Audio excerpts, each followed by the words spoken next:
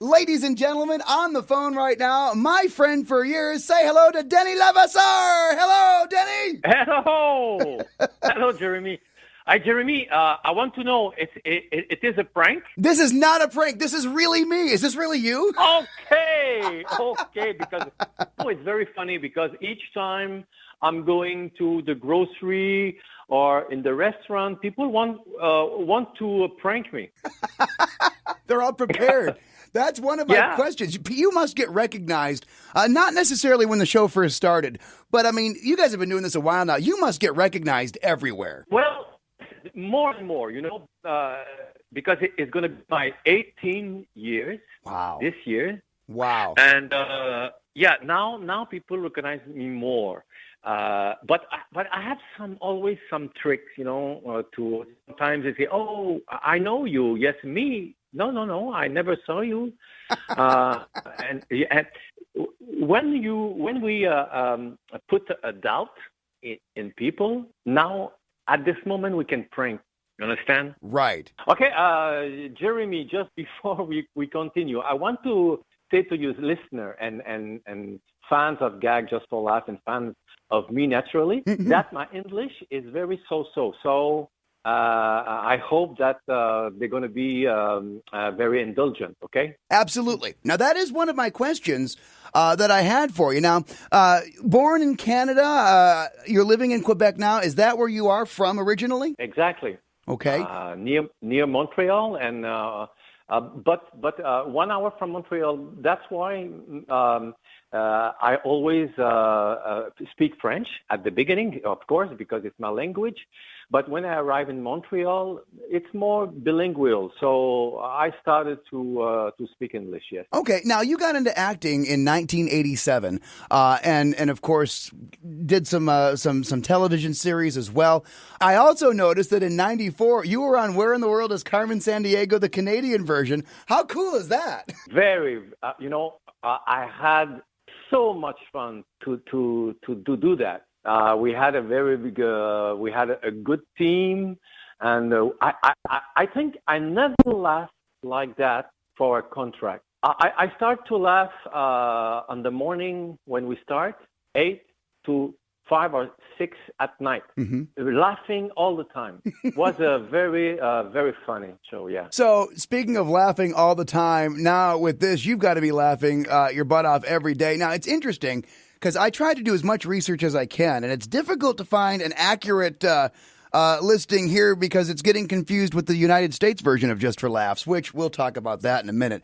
Just for Laughs Gag started in 2001, and you were there from the very beginning, right? No, I was there at the third year. Third season? Yeah, third season, exactly. 2002. Okay, now, when they're looking for someone to be a prankster on the show, you had to audition, I'm guessing, but what was it specifically? What kind of characteristics do you need to have to be a good prankster to really get somebody? Well, I don't know. It's something. There is something natural? I have that on me all the time. But I started Just for Laugh because before I did a big show named Surprise. It was a show to prank a personality. It was a big setup, and I did that here about 5 years and 2 years in Paris, and it was very fun because and very stressed because only one person. Because when I'm doing Just for Laugh, I'm pranking 30 people. There's no problem if the people don't want to cooperate or something like that. Okay, it's finished. I'm gonna take the other beside or behind. Right. So I did that show and I worked with a director. So the same director started Just for Laugh after a couple of years. So they knew me, and one of them called me and he said, "Listen, Denis, we start a new show Just for Laugh, and you have experience." And I said, "No, I don't want to do that." Really? Yes. I want to do film or teleseries or something like that. Okay. So I said no. I said, yeah, come on, Denny, just try, just help us, because we need actors with experience. So I said, okay. So I started slowly during 3 years. I only did maybe 10, 15 gags. But after 3 years, I start like a ballad. I did 100 gags per year. Wow. That's how it got began. I think it's a kind of karma, Jeremy, because I don't know what happened, but always bring me in that kind of show. That is amazing. Now, were you a prankster when you were a kid growing up? Well, I can tell you something. When I was, I think I had 7 in the second grade. There is my teacher was a woman, and she every week she tells a story. Okay, it's about maybe 50 stories. Okay, but I remind only one, and it was the guy in the middle of the village at 2 in the morning said, "Hey, wolf, wolf, wolf, wolf!" And all the people, in the village get out, and they say, "Whoa!" I said, "It was a joke. It was a joke. Not true. Not true." Right. I retain only that story. That was the only one you remember. Yes. So it's so related. And my old neighbor, when I was little, one time after I did Surprise, I saw him and he said, "I'm not surprised you are doing that." I said, "How come?" He said, "I observed you when you were little, and you hide the bicycle of your brother, and you go under you hide yourself and looking him to search his bicycle." I said, "What? I did that?" So it means that I have that inside of me. Right. It's incredible. That is awesome. So I got to tell you, every now and then, because like I said, being where we live, I'm in Flint, Michigan. I'm about an hour from Canada 2 different ways. I can get in through Sarnia or Windsor. So we get, I think it's CBET, the Windsor television station. It's how I discovered the show. And every now and then I'll see a rerun and I'm like, where is he? Come on. Because in my opinion, you've become like the face of this show. And now it's becoming an American television show. Because what caught me off guard was it said season 2, 2018. And I'm like, wait a minute, this has been on the air for a lot longer than 2 seasons. And sure enough, now there's an American announcer at the beginning of each prank explaining what you guys are doing. And I think that kind of takes some of the charm out of the original Canadian version. There's absolutely no dialogue in the Canadian version. It's just you hear screaming and laughing and reaction, but you don't actually hear any dialogue. Do you feel that it's okay because Americans, you're broadening your fan base, or do you kind of wish they would have left it alone? Well, I don't know, because I didn't see the version of that's right. of American. You wouldn't see that. I don't know, but I know that the show we are doing here on TV, they show everything. So now, you being bilingual really comes in handy. But oh, go ahead. Don't forget, Jeremy, we are in 140 countries. So that's why I think that the syndicated version that I'm watching, like, they don't have more than one version of the show in Canada. No. I think we have one version. I'm not sure about that, but I think we have one version, and because it's the clip. And when you go to YouTube, you see different clips. Okay, you can watch 1,000 of clips if you want. Right. Right on the screen.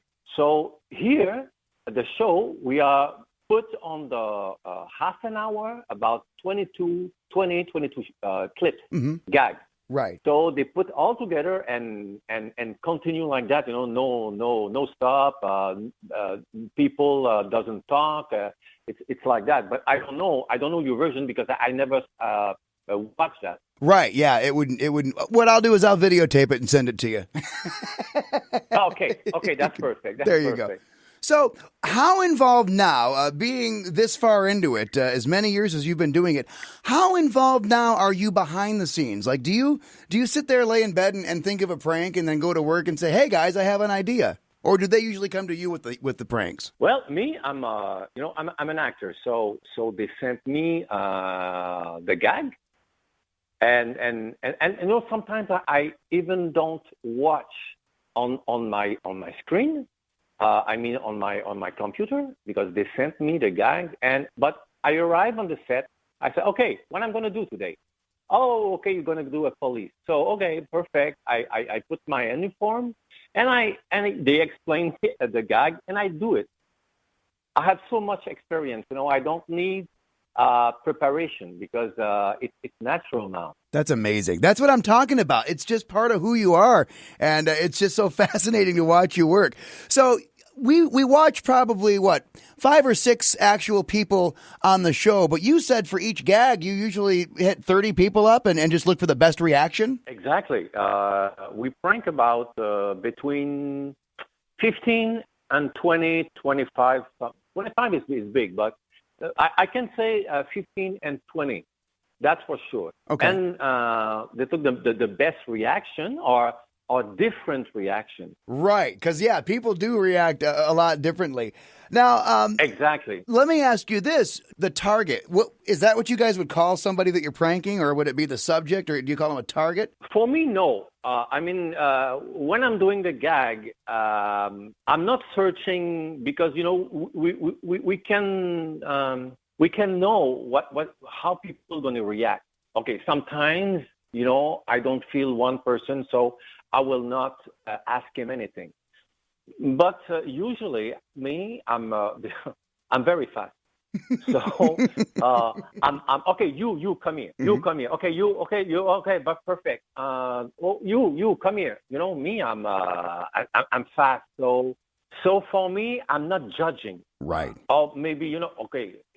We sometimes it depends the gag. Sometimes we can take old people, because they're gonna have maybe a heart attack. Right. It's depends on the gag. Yeah. Well, at the beginning we were more hard, at the beginning, but since 10 years, okay, we pay very attention about that. But we had never accident, never. That's another question I've got for you. As long as the show has been going on, what kind of problems have you guys had behind the scenes, like where a prop doesn't work? Something that we wouldn't see at home, but like technical malfunctions, or something where one of the people you're pranking didn't respond so well? All the time. On 20 people, there is always one or two.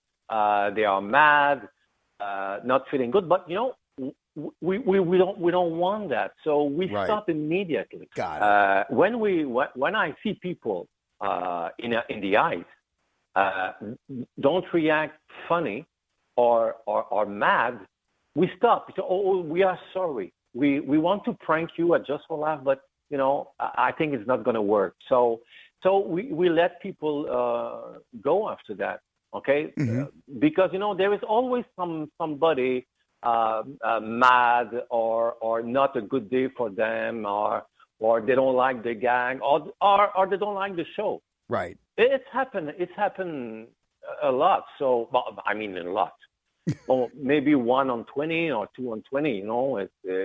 Sometimes never. Sometimes don't. But we want people laugh. Okay. You will never see. We'll never show people mad on the show, because we want people laugh. Right. We want to be surprised, flabbergasted, but not mad. Never. Right. And even if they do get a little mad during the prank, to see their smile when they realize what's going on, that's what the show is all about for me. Yeah.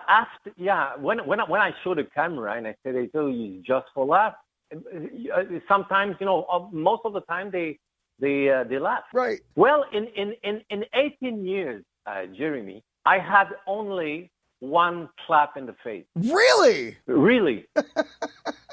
Just but, one. It's a second nature, because I'm always I'm vigilant. Right. Always watch people in the eyes. Always. You're always ready for it. And I can see when it's very dangerous for me. I step back. I'm stepping back because I don't want to receive it happened a couple of times that it was a chance I stepped back because they want to hit me. But one time, I have to tell you that it was in the old Montreal, and we put a restaurant, with terrace, and we put a couple, a young couple. And there is a bar, and Marie-Pierre, the woman you see a lot in Just for Laugh.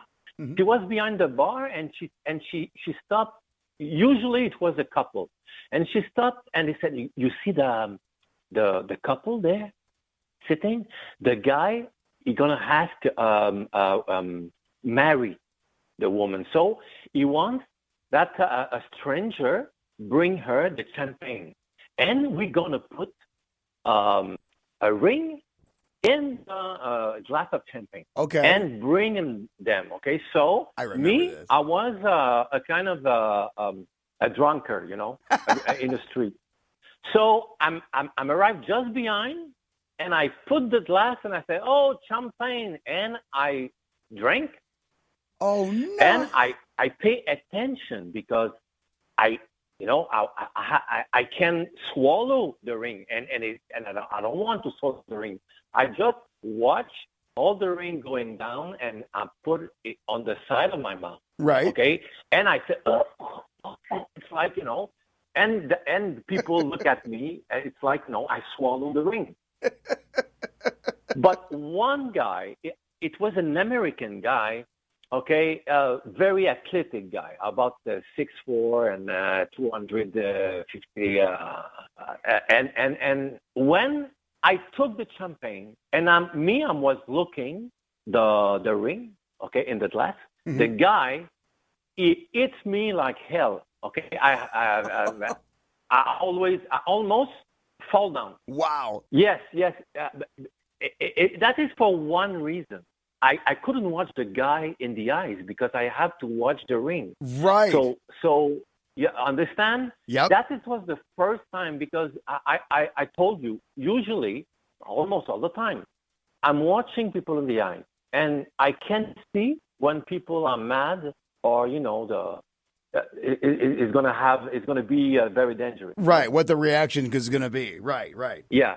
So to save the ring, you're watching the ring and not the guy. Exactly. Oh, man. When I received the clap in the face, but it was a big clap. I was going to say.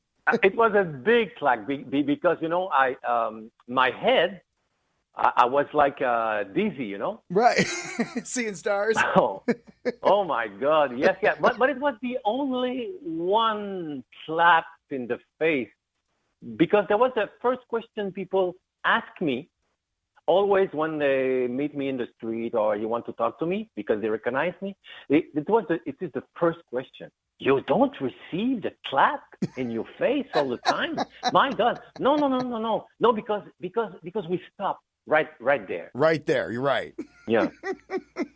Yeah. The worst is I was in front of a kind of grocery, and there is a people come with their car, and they park the car, and just before they enter on the grocery, I asked what kind of yellow.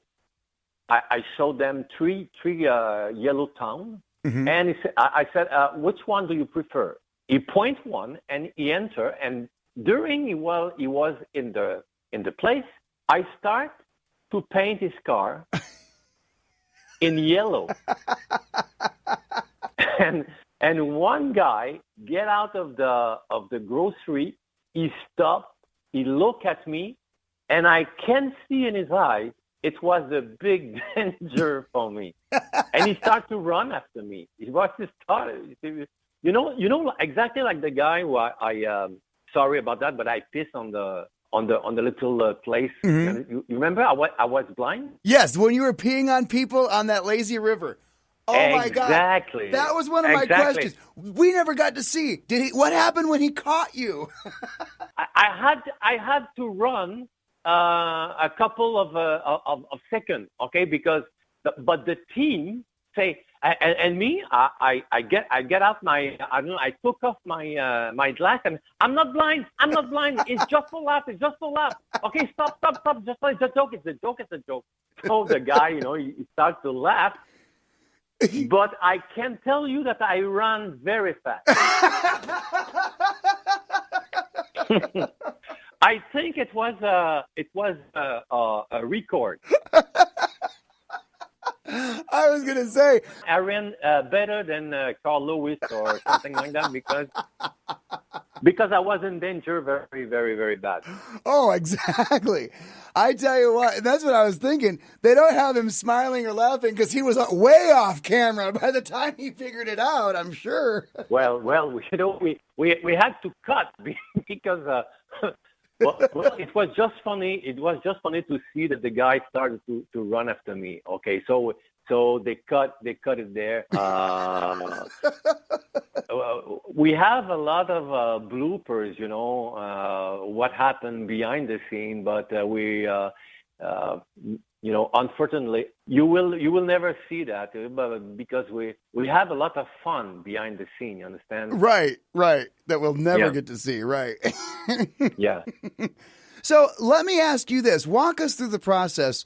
Like behind the scenes of the show. I know that you mentioned that you just kind of show up and say, where do we go? But from concept to filming, I mean, how does it work? Does everyone get together in a room? They write some pranks up. Then, of course, you got to have a huge team that makes all these props. These props are amazing. Like the cars that they cut cars in half in the middle of a prank, and they set up like the water. Oh my gosh. One of my favorite pranks is when you're playing the role of Jesus and you walk up to the water fountain and you change water into wine. Well, I mean, they had to build that water fountain, right? Yes.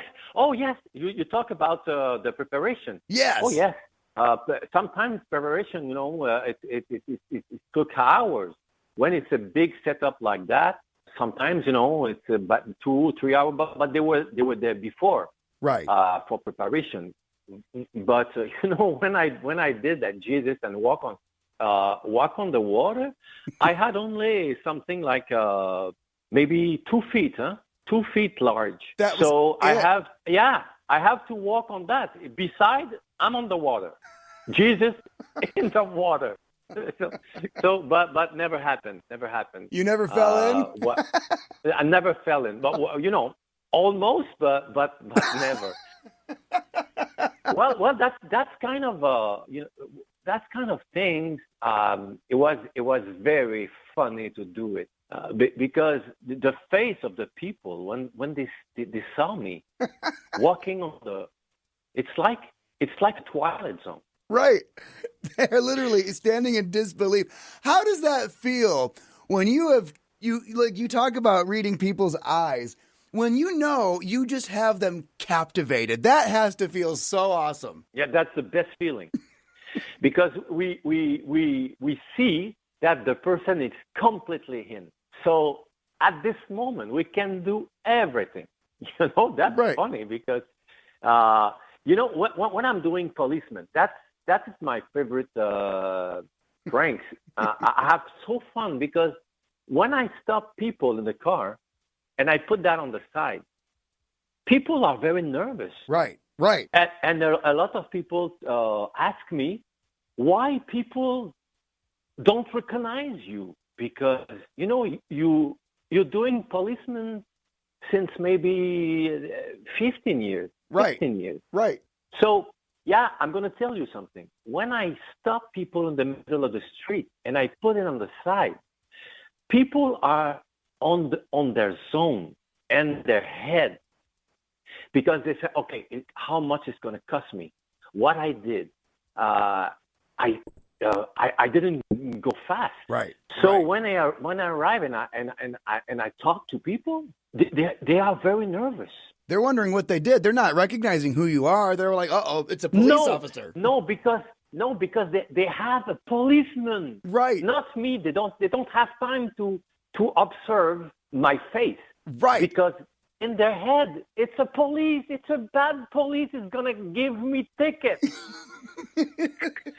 Understand? They are in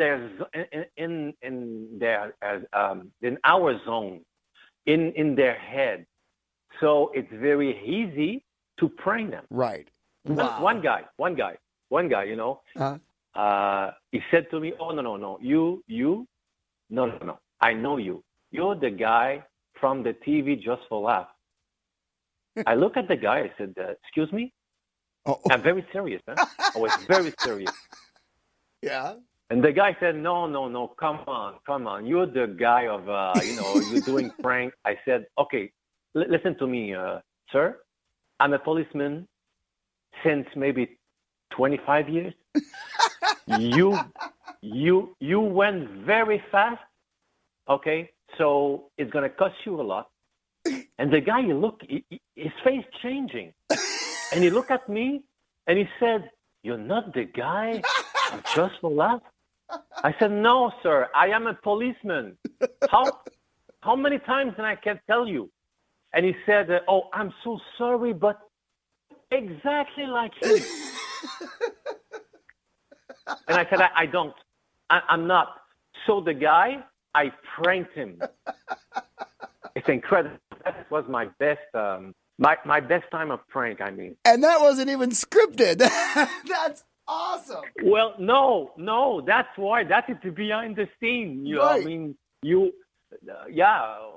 will never saw that. You know. It's bad. It's very bad because it was very funny because after that, we laugh a lot. Oh, yeah. Right. Yeah. The moment of the reveal has got to be the best. Yeah. Now, have you ever been in your police getup and somebody needed a police officer and came to you and said, "Hey, officer, I need your help"? Well, a lot of time. Really? Yes. But I'm looking like a police. Right. I mean, when I have uniform and I'm very serious and that. So the people came and they asked me something, and immediately I said, "Sorry, I'm an actor. Okay, it's Just for Laugh. So I'm an actor. I'm not a policeman." Right. Oh, the people said, "Oh, all right. Oh, yeah. Okay. Oh, sorry. Yeah." So it's very, it's right. And sometimes, it is very funny. Sometimes I make speculation. Huh? Right. Yeah. Between the gags, sometimes there is a car, and then I say, "Okay, stop. You go this way. You go this way." I have fun. I have fun. I love this. Let me ask you, what are some of your favorite pranks over time? I mean, there's got to be hundreds of thousands almost. My goodness, you've been doing this for so long. But what are the ones that really stick out? Yeah, I did over 2,000 gags. Wow, really? Yeah. Can you remember each and every one of them, or do they all kind of bleed together after a while? No. Sometimes people said, "Hey, you remember this guy?" No, I don't remember Nope. at all. At all. Because, some yes, because it was very remembering. But some, I did so much. And sometimes I'm seeing that on TV, and I said, "I did that?" You don't even remember. Yeah, I didn't even remember it. Yeah, I did that. So, well, I have so much. There is a couple, I like a lot. One was I was a seller, mattress seller. Okay. In the shop center. I think I remember and this I one. was, very good, well done. Yeah. With a tie and that. And I said to people, listen, that mattress had 3 vibration function. It's a very, very, very good mattress. Try it. So the guy lying down, and me, I'm starting to take off my clothes. I came on the bed just beside, very, very close to the guy. And the guy, he looked at me, the eyes of the guy inside, he said, "Oh my God." They didn't think that it was a prank. They think that it was a gay. Oh. You understand? Yes. They try. He's a seller. He's a master seller. But it is his manner to have a guy in his bed. But I will never forget the eyes of the guy. It was like a panic, big panic, and in their head, I can feel that they said to themselves, "How can I get out of this situation?" And me, I put my fingers, okay, and I'm running in their belly, like. Oh, okay. Oh, that was. I mean, okay. Sometimes people ask me if I'm laughing during the gag. Right. Usually, no, because that is my job, not to laugh. Not to laugh. I will How? never. I will How never. do you do I it, will, Denny? How? Yeah, I will never prank people if I laugh all the time. Right. But sometimes when I'm looking people in the eye and just saw their face, I just turn around and I laugh to myself. But they don't know. Right. But this time when I saw those men in panic, I sometimes I laugh. Right. I can say I laugh, but you one guy, he looked at me, and I can see in his eye that he recognized me in the middle of the gag. Oh. He was lying down, and he looked at me, and he started to laugh during 10 minutes. 10 minutes. It's what we all laughing because this guy, he said, "Oh my God." He figured it out. I'm just being pranked by the guy. I recognize him. So it was so funny. That is awesome. You bring so much joy to all these people in how many countries all over the world? You said 140? 140, yeah, 140 countries, yes. Oh, that's just... I receive I have my fan page, and I receive each day a mail from everywhere in the world. Everywhere. Wow. Russia, Arabia, everywhere in the world. That's a testament as to how amazing you are. And like I said, people may not realize this, but like when you're on a show doing what you're doing where, yes, there's a premise behind it, but I mean, 99% of what we're watching is ad-libbed. And boy, for you to pull it off like you do it and to not break a face and not crack a smile, it's just a treat to watch. It really is. I can see that it's all inside me. I'm laughing inside a lot. Right. Because when I see the eyes of people very in it, very hooked, it's inside of me. I'm laughing. Right. But I don't show that because I'm gonna ruin all. You're gonna ruin the prank. But yes, but I inside of me I have so much fun. Do you ever sit there, peeing on people as they're floating down a river and think to yourself, I can't believe I'm peeing on people floating down a river? Well, yes, but at this time I was afraid. Because, I was afraid because pissing on people, for sure I'm gonna have one people gonna be mad. Right. It's for sure. If it comes to me, I'm gonna be mad for sure. Right. So, and you don't get to look them in the eye until it's. At this moment, when I saw their eyes, and I can see that I'm in danger, so I'm get out of this. Right. I'm get out of this because it's danger, but it's not often. It's not often. Well, I tell you what, I cannot thank you enough for taking some time to talk with us today. Denis Levasseur, everybody, from Just for Laughs Gags. There is a lot of people ask me, "Oh, you can write something about your anecdotes during all your prank years." Right. So yes, I'm gonna start to write a book about my pranks because I did that since 30 years. Have you been over the years like kind of writing notes, or do you keep a journal of things that stick out? Yes, it was. What is funny is I had a lot of in my head, and never forget it. So I started to write all that, and there is a woman.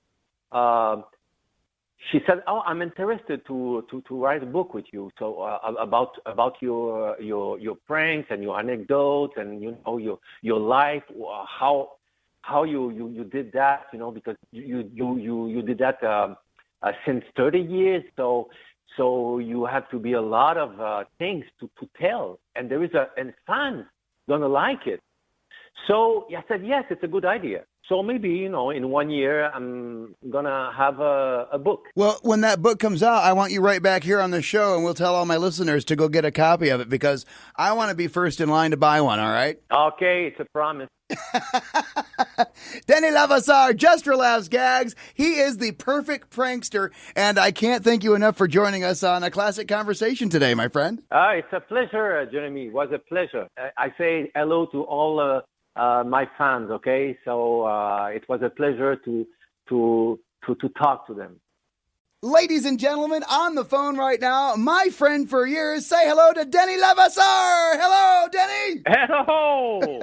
Hello, Jeremy. Hi, Jeremy. I want to know, it is a prank? This is not a prank. This is really me. Is this really you? Okay, because it's very funny because each time I'm going to the grocery or in the restaurant, people want to prank me. They're all prepared. That's one of my questions. You must get recognized, not necessarily when the show first started, but I mean, you guys have been doing this a while now. You must get recognized everywhere. Well, more and more, because it's going to be my 18 years. Wow. This year. Wow. And now people recognize me more. But I have always some tricks, to sometimes they say, "Oh, I know you." Yes, me. No, I never saw you. And when we put a doubt in people, now at this moment we can prank.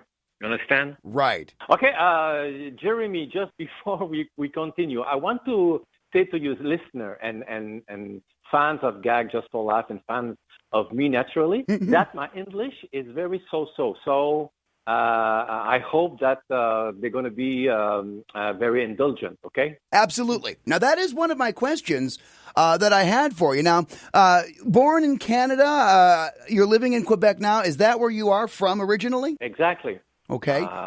Near Montreal, and but 1 hour from Montreal. That's why I always speak French at the beginning, of course, because it's my language.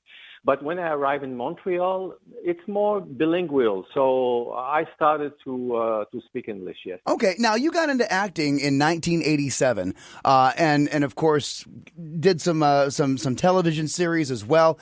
I also noticed that in '94 you were on Where in the World is Carmen Sandiego, the Canadian version. How cool is that? Very.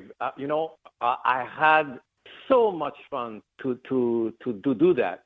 We had a very big, we had a good team, and I think I never laughed like that for a contract. I start to laugh on the morning when we start, 8 to 5 or 6 at night, laughing all the time. It was a very, very funny show, yeah. So, speaking of laughing all the time, now with this, you've got to be laughing your butt off every day. Now, it's interesting because I try to do as much research as I can, and it's difficult to find an accurate listing here because it's getting confused with the United States version of Just for Laughs, which we'll talk about that in a minute. Just for Laughs Gags started in 2001, and you were there from the very beginning, right? No, I was there at the third year. Third season? Yeah, third season, exactly. 2002. Okay, now, when they're looking for someone to be a prankster on the show, you had to audition, I'm guessing, but what was it specifically? What kind of characteristics do you need to have to be a good prankster to really get somebody? Well, I don't know. It's something. There is something natural. I have that on me all the time. But I started Just for Laugh because before I did a big show named Surprise. It was a show to prank a personality. It was a big setup, And I did that here about 5 years and 2 years in Paris.